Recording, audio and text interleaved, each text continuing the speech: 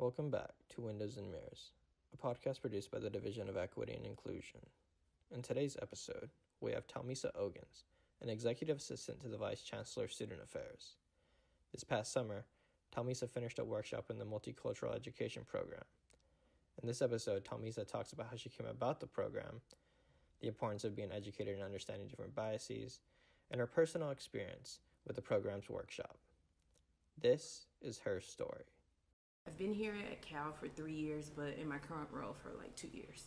So in my first year, which was in 2015, there was an open enrollment invitation that was out, and I was very curious about the program, as well as there were some terms that were used in the announcement that I was very unfamiliar with, but I had heard folks just conversational wise sharing them, and so I was intrigued to do that, as well as I thought this was an opportunity outside of my traditional work to build upon my skill set. So I was like, let me check this out. The best way I've been able to concept it in my mind has just been mind-blowing.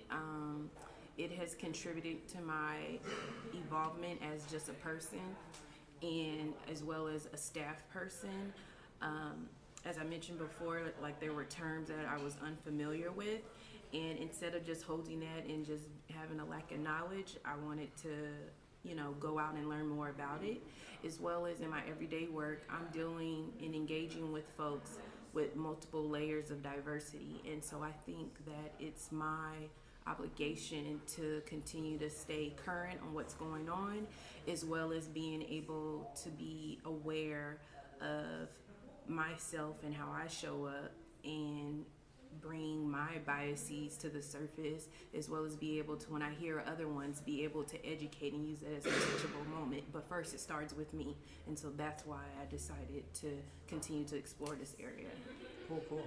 And how do you feel like this institution, as kind of like an entity, represents those types of values? I feel that the institution puts out into the world about how we are an inclusive institution and how we value diversity, and I feel like this is kind of putting your money behind what we're saying we're doing here. And I think it first starts at home first, and making sure staff, students, and faculty are educated on what's going on, because one thing I've noticed is that each class is different, and when I mean class, I mean like the student body, as well as new folks who are working on campus come from all these diverse backgrounds, and what used to maybe be a norm 5 years ago, 3 years ago, is not the case anymore.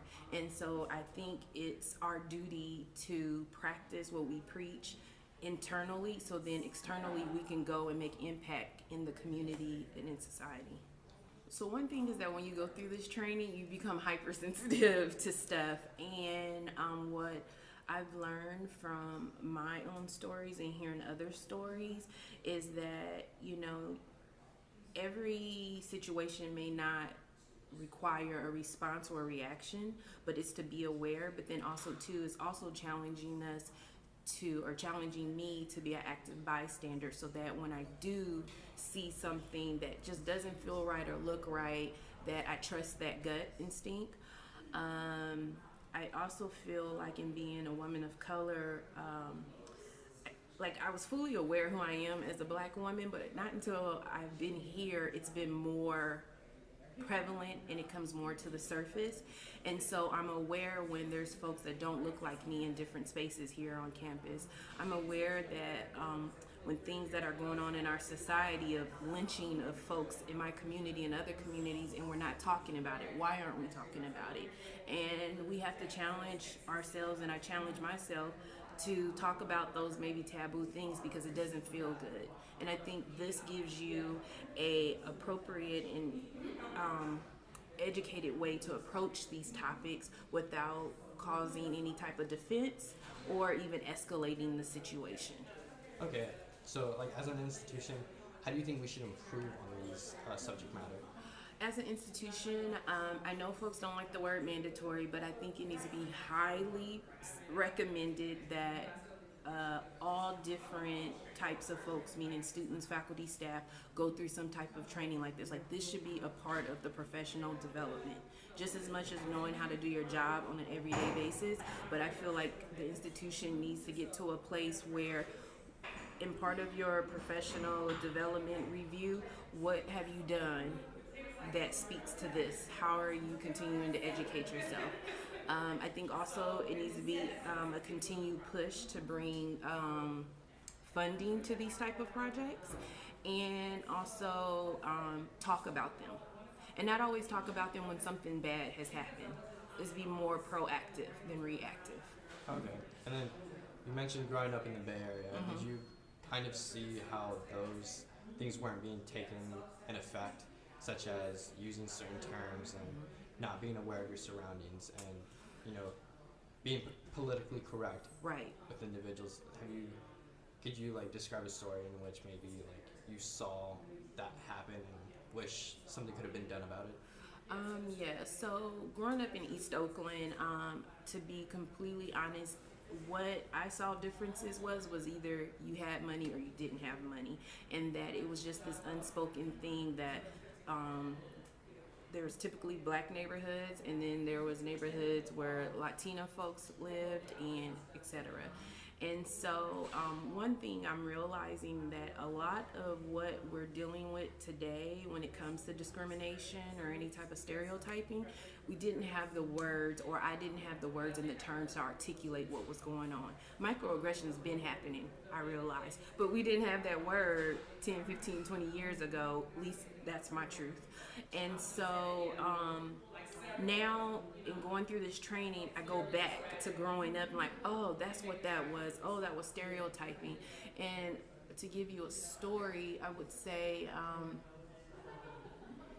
I know growing up in undergrad, I was in the business school, and I was struggling with that. And being in undergrad, and I remember the dean of the school suggesting that I should do more of a sociology program, because that probably would be easier for me, because she knew that African Americans she had data to prove that we did much better in that program versus doing the business program. And so now, in that moment, I knew that wasn't right, and I knew she was putting me in a box. But I didn't know that there was a microaggression, and that was almost like blatant discrimination, as well as that was devaluing what the sociology department was. So in doing that, because even though I didn't know those terms, I took that as a stepping stone that I had to work harder, and I had to utilize my resources, because due to her lack of knowledge of getting to know me, I went to Castlemont High School, and most of my 4 years, teachers were on strike. And there were a lot of labor issues, so there wasn't a lot of resources and access that I had. So yes, I was behind the curve at USF, and instead of trying to help me with the resources to get me in a space to be successful, it was like she downgraded me and snubbed me, and then was trying to push me off to another person's problem. I think I would say my hope is for the future student body, is that they'll be able to get that exposure before they get to the actual workplace, because what is going on in the classroom is a model of what it's like in the professional field, as I'm sure you know, in being a student and a professional as well. And I think the sooner we start to talk and engage in these topics, it makes it easier, and there's less uh-oh moments when you are a full-time professional. The Multicultural Educational Program gives individuals access to tools to assist in classroom discussions and group facilitation. Their workshops encourage collaboration to understand each other and their communities. If you'd like to learn more about these workshops, visit their website at mep.berkeley.edu.